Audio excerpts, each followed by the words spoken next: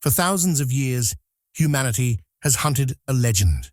The Ark of the Covenant, described in ancient texts as the most sacred object ever created, has eluded every search, every expedition, every prayer. Until now. In the dead silence beneath Jerusalem's old city, a camera feed trembles. Dust swirls in a chamber sealed for over 2.5 millennia. At first, the archaeologists think it's just another forgotten vault. Then, the light catches something, neither stone nor gold, but something that seems to hum faintly with an energy that defies explanation. In that heartbeat, the world's most impossible artifact is no longer scripture. It's real, and it's right in front of them. If you want to witness every detail of this discovery, hit that like button, subscribe, and turn on notifications, because what we're about to share will challenge everything you thought you knew about ancient history. The journey began not with a map or a prophecy, but with technology. Ground-penetrating radar detected an anomaly beneath a 7th century cistern, a cavity hidden 30 meters down. What drew immediate attention wasn't its size, but its geometry. A perfectly measured rectangle, 2.5 cubits long, 1.5 wide, exactly matching the biblical dimensions described in Exodus. When soil analysis came back, the team encountered their first impossibility. The chamber showed ionization patterns similar to those found around nuclear reactors, radiation levels that no natural material in the area could produce. The excavation was ordered to halt, but one engineer, unable to contain his curiosity, lowered a fiber-optic probe through a micro-fissure in the stone. What the camera revealed stunned even the most skeptical observers. Gilded surfaces catching the light, winged figures carved with impossible precision, and a Hebrew inscription that read, "The Throne of the Name." As they carefully widened the opening, the chamber unveiled secrets no ancient text had ever recorded. The walls were lined with cedar beams, charred completely black, as if scorched by intense heat. Embedded in the floor were fragments of what appeared to be fused glass, clear evidence of a violent burst of energy. In the dust beside the artifact, archaeologists found linen wrappings containing crystalline residue unlike any known mineral. Initial laboratory tests produced results that seemed impossible. The molecular structures identified should not exist outside of particle accelerators, as if the chamber had been the site of a controlled energy discharge, thousands of years before such technology could have existed. Even more perplexing were the copper rods running along the chamber floor, arranged in a lattice pattern identical to circuits designed to conduct high-voltage current. Whoever built this wasn't merely housing a sacred chest. They were containing a force. Beneath the ark's pedestal, archaeologists uncovered a carved basalt tablet that would shatter centuries of historical consensus. The inscription, written in archaic Proto-Hebrew script, described a journey, not from Jerusalem during the Babylonian siege, but from a place called Zion in the desert, almost 300 years earlier than scholars had believed possible. According to this tablet, priests carried the seat of the covenant through a tunnel beneath the Temple Mount to protect it from invaders, not in 586 BCE, as history had long claimed, but before Solomon's temple was even completed. This suggested something extraordinary. The relic that once rested in the temple's Holy of Holies might have been a replica, a decoy meant to shield the real artifact's location. When microsamples were taken from the ark's gold plating, the analysis revealed traces of iridium and osmium, rare elements typically found only in meteorites or synthetic alloys produced under extreme conditions.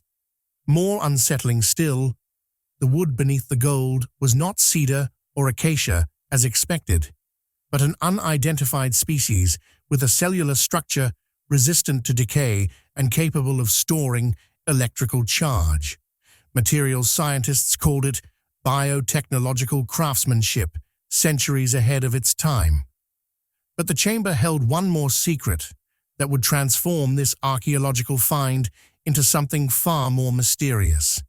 A highly sensitive microphone picked up a persistent, low-frequency hum, inaudible to the human ear but strong enough to register on seismic equipment. The frequency wasn't random. It matched an ancient Sumerian ratio, historically associated with what texts called divine breath. The ark was resonating. As researchers adjusted the chamber environment, introducing more oxygen to preserve the artifacts, the hum shifted and intensified. Complex harmonic patterns emerged, mathematical sequences that perfectly mirrored ancient priestly chants from the temple. The artifact wasn't just vibrating randomly, it was responding, as if attuned to a language humanity had long forgotten.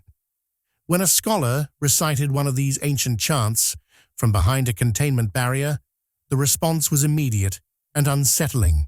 The hum surged. The temperature inside the chamber rose several degrees. Instruments began to malfunction. A static charge built in the air, and dust particles trembled with the pulsing vibration.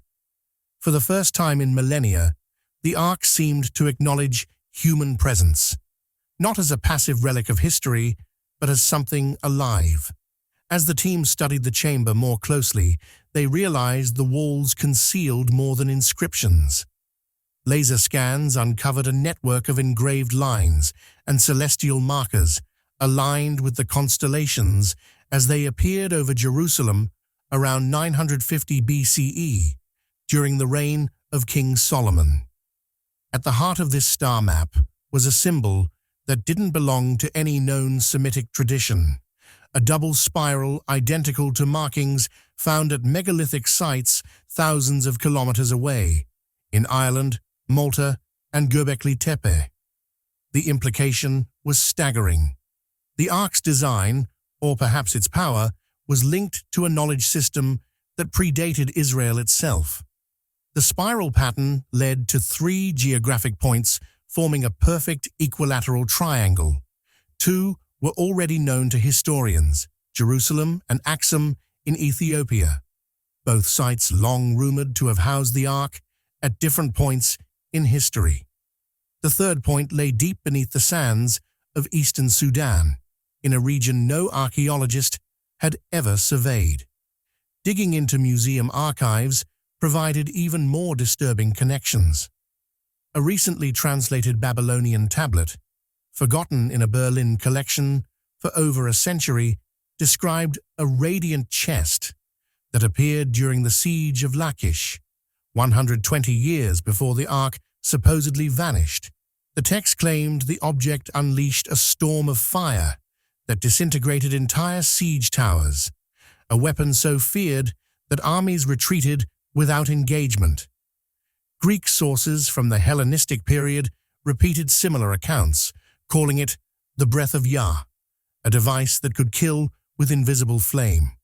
If these accounts held even a kernel of truth, then the Ark's power wasn't merely symbolic. It was technological, devastating, and potentially still active. This would explain the electromagnetic interference, the ionized air, and why modern equipment struggled to function near it. Within days of the discovery, leaking to a small circle of academic journals, unmarked military transports arrived on site. Access to the chamber was restricted. Equipment was confiscated. Excavation records were sealed under state security orders.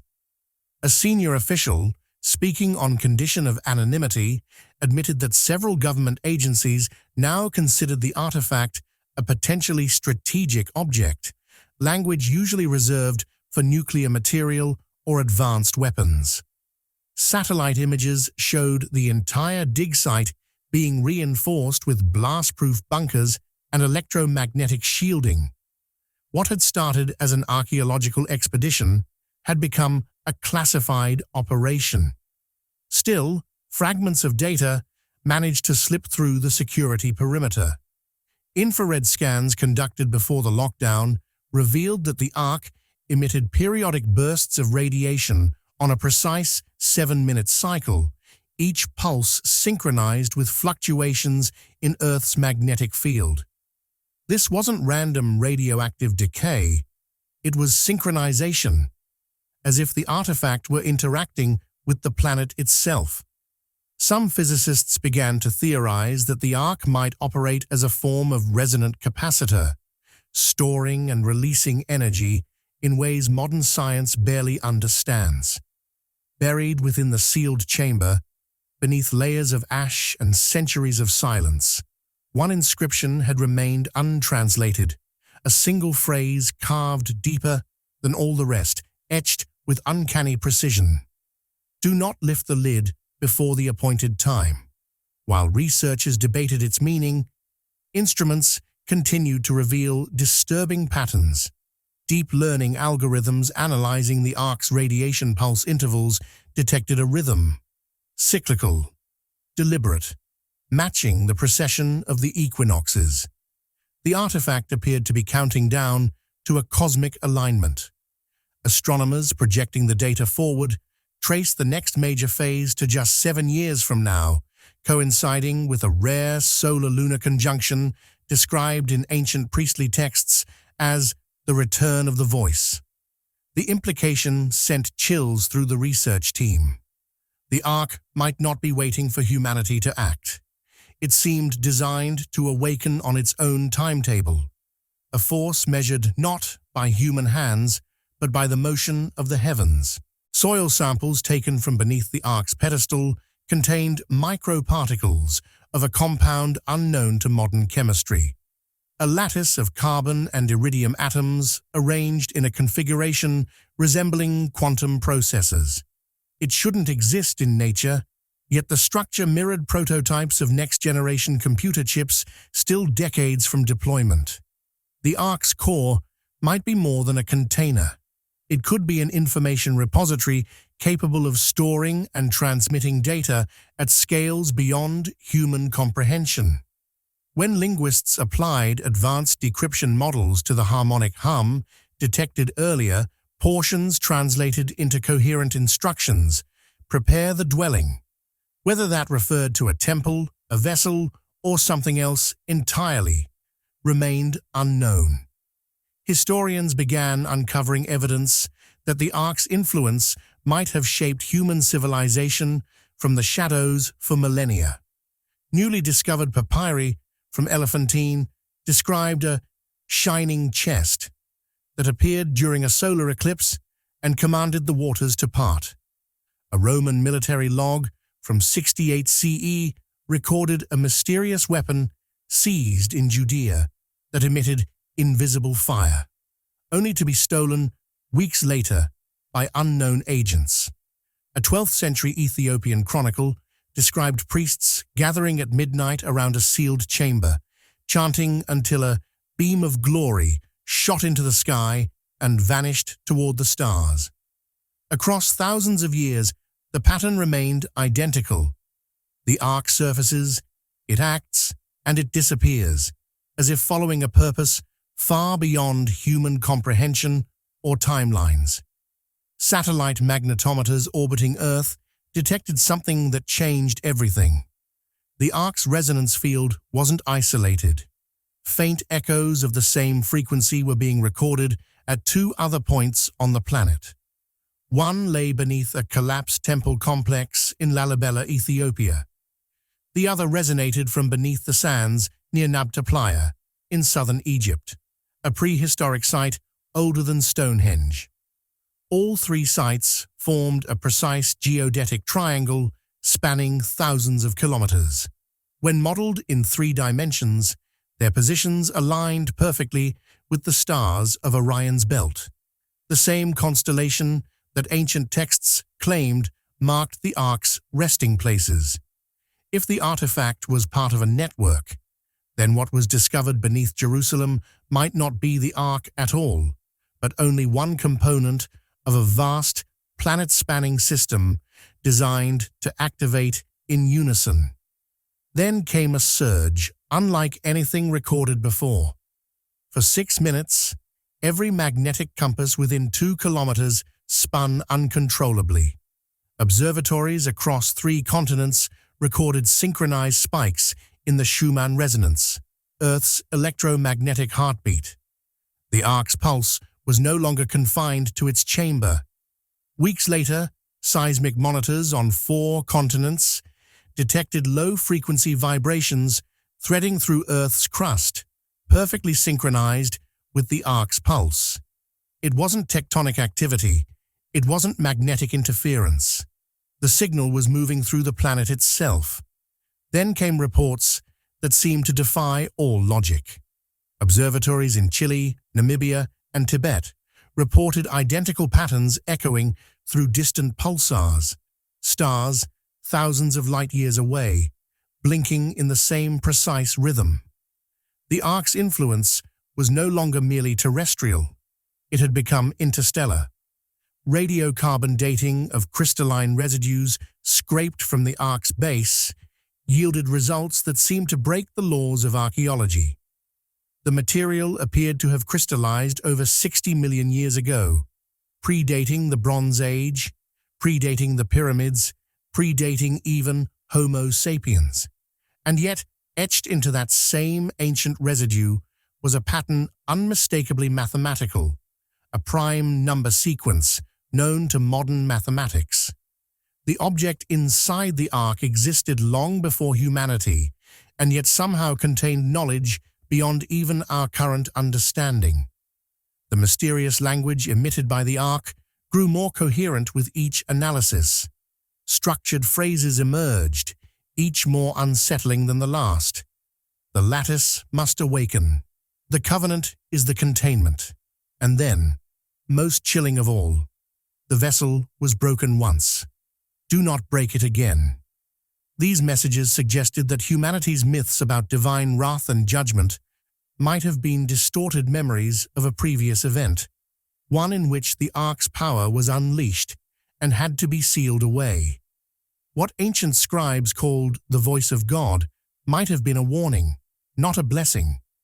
Declassified satellite footage revealed that a faint electromagnetic beacon had been rising from beneath the Temple Mount as early as 1973, a beacon that intensified dramatically in the days leading up to the recent discovery. Linguistic AI models comparing ancient prophecies across civilizations, Hebrew, Sumerian, Vedic, and Mayan, revealed a repeating motif, a sleeper beneath the stone, whose awakening would call back the architects of order. Strangely, this same phrase appeared in the Dead Sea Scrolls, a Hopi creation chant, and an untranslated Babylonian star hymn, cultures separated by oceans and millennia, all speaking of the same hidden entity. During a controlled experiment, researchers exposed the Ark to a narrow beam of coherent light. For exactly 12 seconds, the beam refracted into a spatial pattern, a geometric lattice so complex it resembled a star map. Embedded within that lattice was a coordinate sequence, pointing not to Jerusalem, not to any known site on Earth, but to a point in deep space, 13,000 light-years away, near the heart of the Sagittarius, a star black hole. Astronomers confirmed the region is silent, no radio emissions, no stellar activity, yet the Ark continues to transmit a signal to that coordinate every 84 hours with unwavering precision. Some believe it's meant to be received. Others fear it's a key meant to open something. As the world debates containment protocols and theological councils fracture under the weight of these discoveries, one final piece of evidence refuses to be ignored. Thermal cameras in the chamber captured a sudden fleeting flash, a humanoid silhouette standing inside the Ark's magnetic field, visible for less than 2 frames and then gone. The instruments recorded no body heat, no mass, no measurable presence. Yet every sensor registered the same signature, a harmonic echo, matching descriptions of the Shekinah. The radiant presence said to dwell between the ark's cherubim. As scientists replay the footage frame by frame, one chilling detail emerges in perfect clarity. The silhouette wasn't looking outward at the researchers, it was looking upward, as if waiting for something to arrive. The ark has returned. But the question that haunts every scientist, every theologian, every government official now monitoring this sealed chamber is simple and terrifying. Did we discover it, or did it call us to find it? History is being rewritten, and whatever comes next, humanity may not be ready for the answer.